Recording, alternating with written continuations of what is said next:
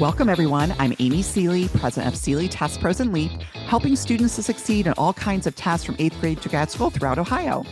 And I'm Mike Bergen, president of Chariot Learning, helping students with Test School and Life based out of Rochester, New York. Between the two of us today, we have over 60 years of experience at the highest levels of the test preparation and supplemental education industries. We both love to talk and learn about the latest issues in education, testing, and admissions. So let's get down to tests and the rest. The fascinating topic we want to explore today is the impact of dual enrollment. But first, let's meet our special guest, Audrey Moreno. Dr. Audrey Moreno is a first-generation college student. She earned her bachelor's and master's from Northern Arizona University and completed her doctorate at Arizona State University.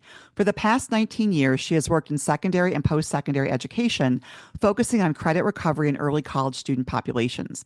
Now serving as Senior Director of National Bridge Partnerships within Arizona State University's Learning Enterprise, Audrey leads Accelerate ASU, overseeing partnerships with school districts, high schools, and community organizations to expand access to college credit through ASU's Universal Learner courses. She also spearheads Accelerate ASU College Now, an initiative aimed at strengthening dual enrollment pipelines in collaboration with community colleges nationwide. Additionally, she serves on the board of Homeschooling for College Credit, where she helps shape policies and strategies to increase access to early college opportunities for homeschooling families. Welcome. Hi, thank you. Audrey, we're really glad to have you on the show. We love the topic of dual enrollment and look forward to unpacking that with you. But before we do, you have quite an extensive background in education. You've really worn a lot of hats. Can you tell us a bit about your path through education and how you landed where you are today? Yeah, so I landed in education just kind of by chance, actually. So I answered an ad for high school counselor. I finished up my master's. My master's was in clinical health psychology. And I had, up until that point, a lot of my training had been around substance abuse, rehab, psychiatric acute care. I had some counseling background and training through my master's program.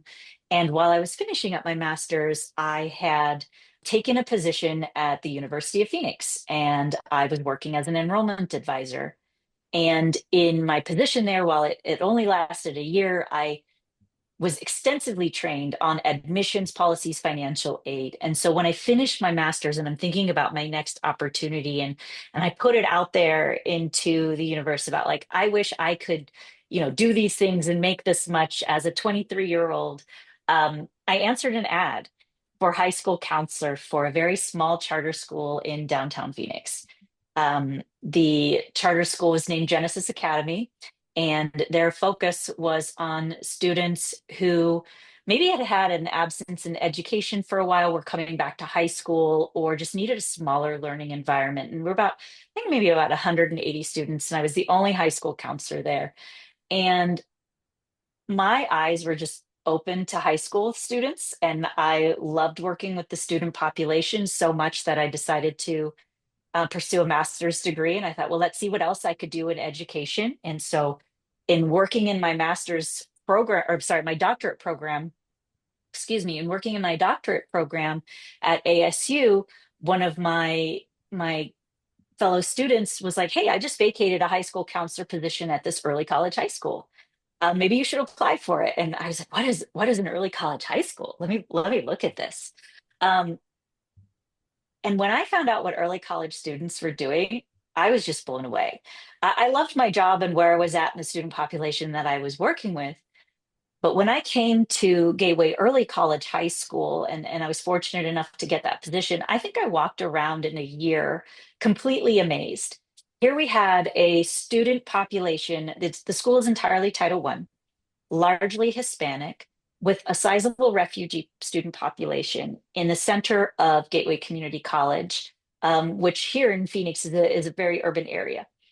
Um, and these students, what they were achieving in the college space and high school, and had family responsibilities and had jobs, I just walked away, and I was just looking around at all of these students, like, I can't believe you're doing this. What do you mean you're taking 15 credit hours and a full load and working and taking care of kids?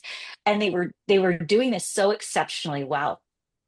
And I spent I think about 4.5 years there as a high school counselor while I finished my doctorate. Had a baby in between.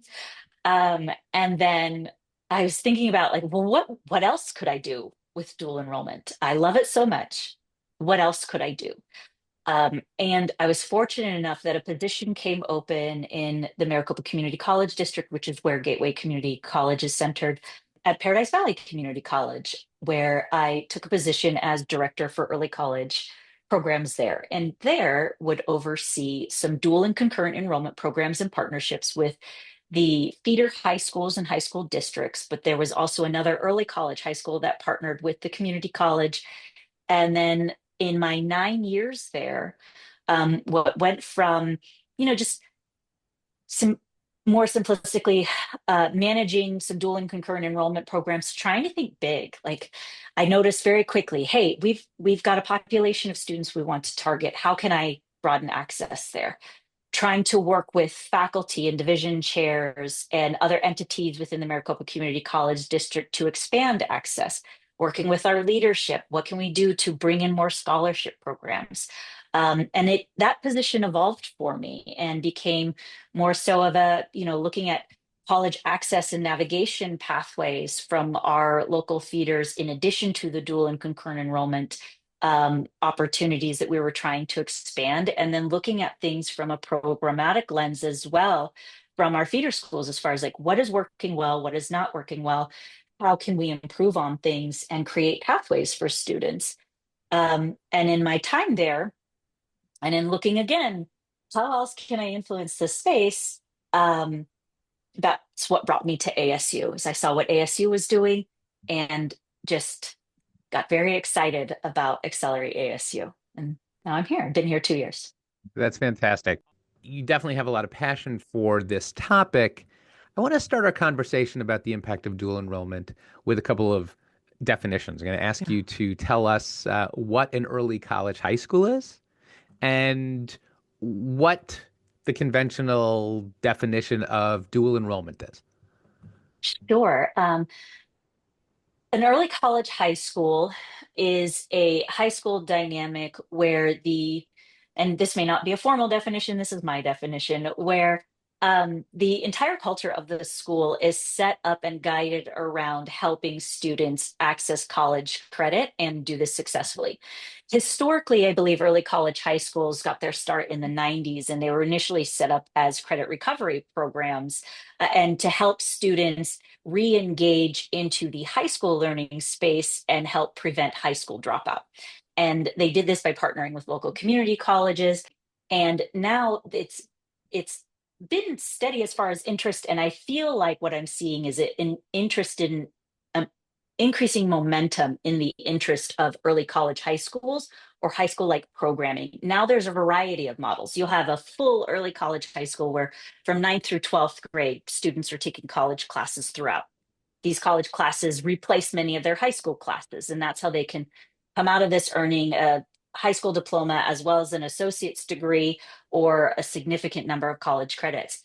There are half day programs where students might leave at the half day, so they'll attend their regular high school, then go to the community college, or the community college might bring faculty to the high school for a half day type program.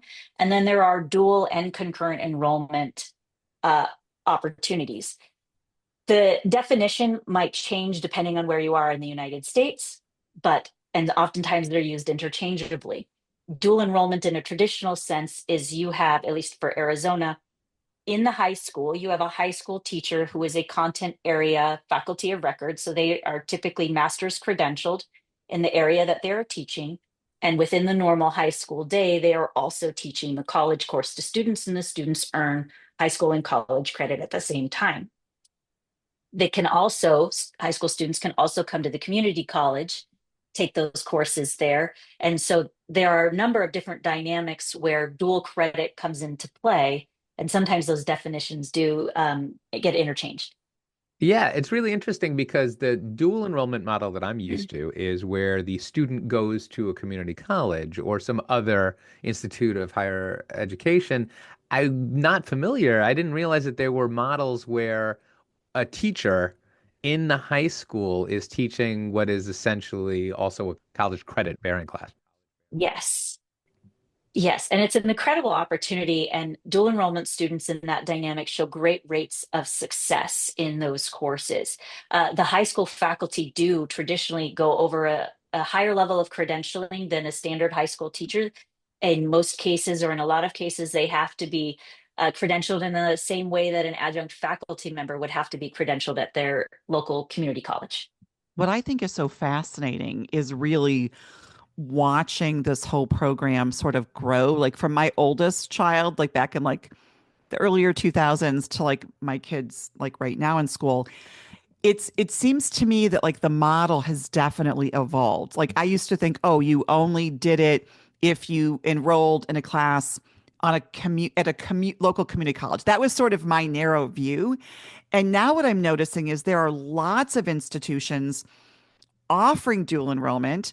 And certainly with COVID, the idea of online, even, right? Like that has grown tremendously, where you don't even think twice about the fact that a student even could be doing dual enrollment at another institution online far away. So, are there lots of different opportunities that students can take advantage of in terms of the models, it sounds like? There's a lot more now. I think you have to consider what is going to be the best dynamic for your student as a big factor. But there's a lot more variety in these types of opportunities from the online asynchronous, online local entities, in person at your high school, in person at your local entity. There definitely is a lot more variety. Do you have a model that you find seems to get the best outcomes?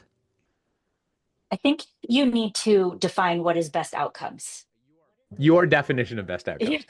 Yeah. I mean, Well, I'm actually curious. Tell me, like, I have different ways of thinking about why a student would do dual enrollment. So I'm curious, what are some of the different reasons why you think students should consider dual enrollment?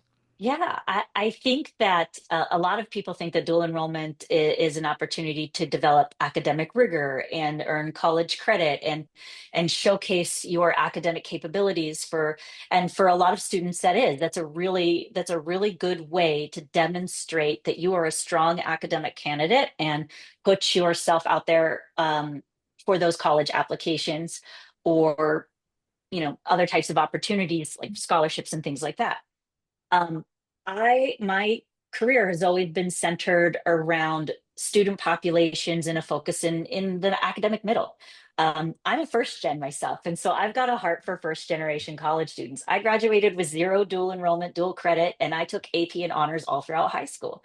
And I could not pass an AP exam. And then when I found out I didn't pass my first AP exam, I didn't want, as a low income student, I didn't want to put that burden of paying for another exam that I wasn't sure that I could pass.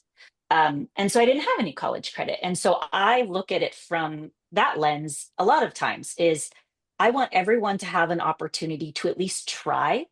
Um, and it would be my hope that we are creating these risk-free opportunities for trying, because this is how a student really comes into like, what is their like academic sense of self here? Because a lot of students in this academic middle space don't always see themselves as a strong student or college candidate or someone who could be earning these credentials at the same time. And a dual enrollment in a lot of these structured programs that offer high support is a great way for a student to safely explore that as an option and then really develop who they are as a student and what they want to achieve academically.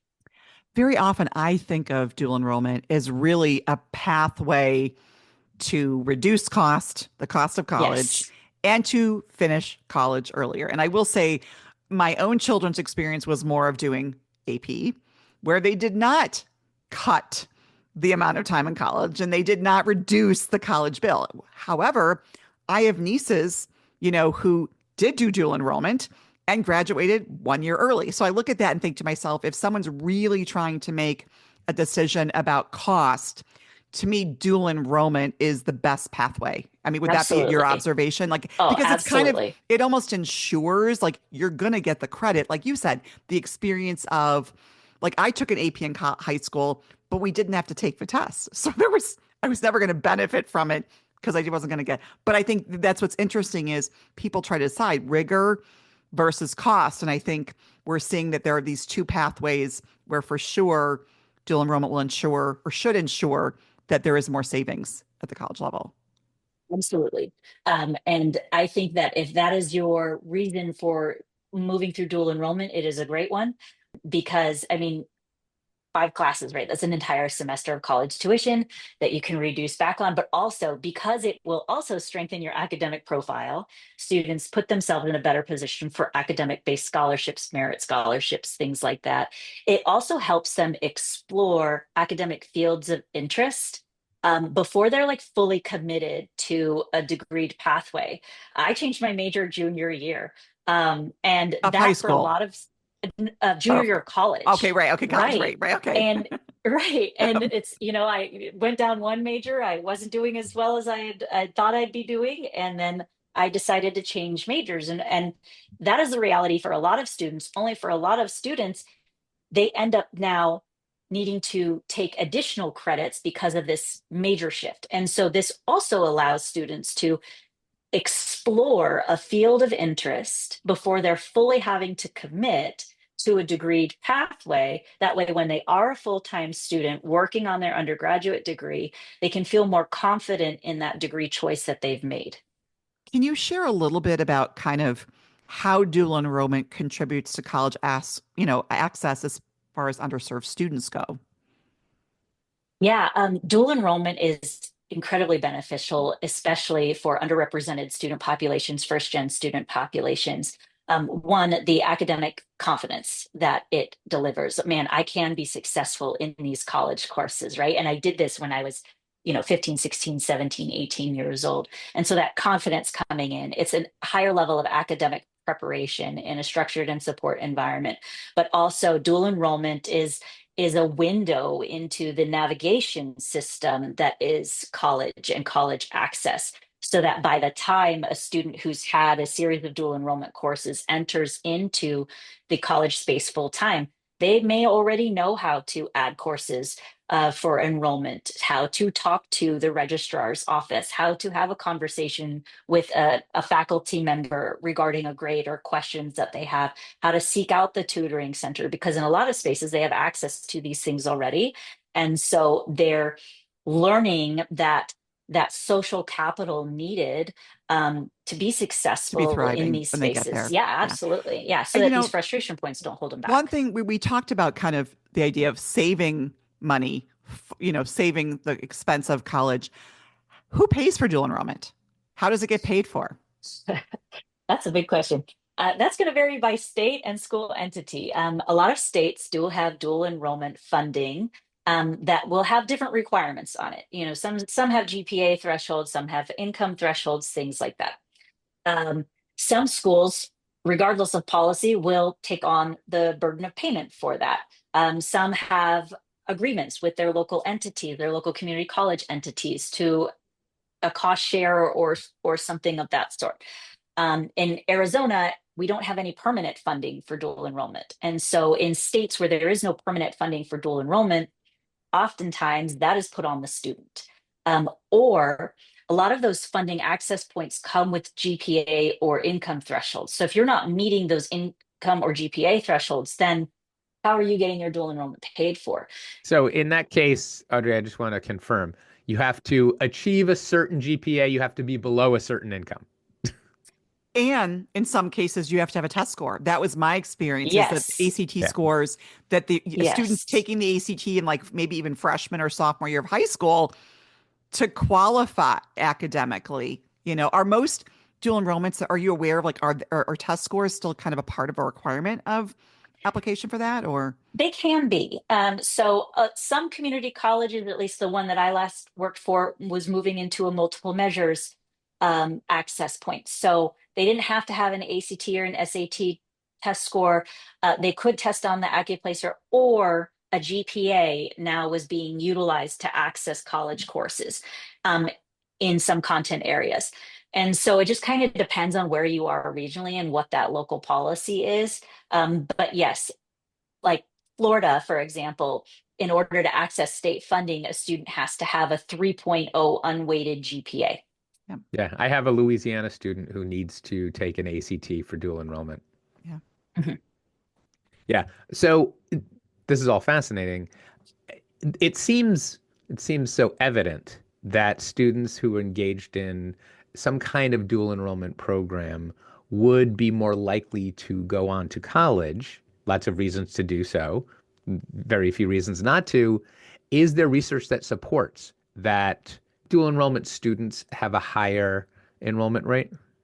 Yes. There's research to support that dual enrollment students have a higher rate of matriculation into the college post high school, have a higher rate of first year to second year retention, and have a higher rate of persistence through to graduation. We've also seen that here at ASU with our own transfer data and looking at success rates through to graduation for students that are coming in with dual enrollment credit. Okay, so I think we all agree that dual enrollment is an amazing opportunity for the right student. And yet, if you're not attending an early college, high school, if you're not in a state where funding is abundant and publicly announced, the path to taking advantage of dual enrollment might not be easy. Audrey, do you have recommendations? Any advice that you could give to families, school counselors, even the precocious student who's listening to this and says, I want to be a part of that? Yeah, I mean, first, always start local, right? Check what those policies are because you don't want to miss out on funding. So even despite like certain states not having funding, there may be local programs at your local community college. I used to run a couple of these when I was working with Maricopa Community College District that will pay for it. Um, Also, check with your high school. Now, if you've gone through all of those options and they're still you're like, maybe there's some, but they're not fitting with what I need. Maybe I'm an athlete and this doesn't really work, or I'm also working in this STEM program and I don't have room in my schedule. There are other options. Accelerate ASU is one of them. But there are ways that students can get online college credit asynchronously. Um, and so it's not going to get you a campus experience, which a lot of people value, but it does get you the college credit experience and the academic preparation. And there's a lot more flexibility in this dynamic now for students to be able to access it. So I want to ask a bit about Accelerate ASU, but I'll just say for school counselors who might want to go above and beyond what a student or parent might be able to do, is there an extra step that school counselors might take to make sure that access to dual enrollment or, college credit opportunities in high school are there?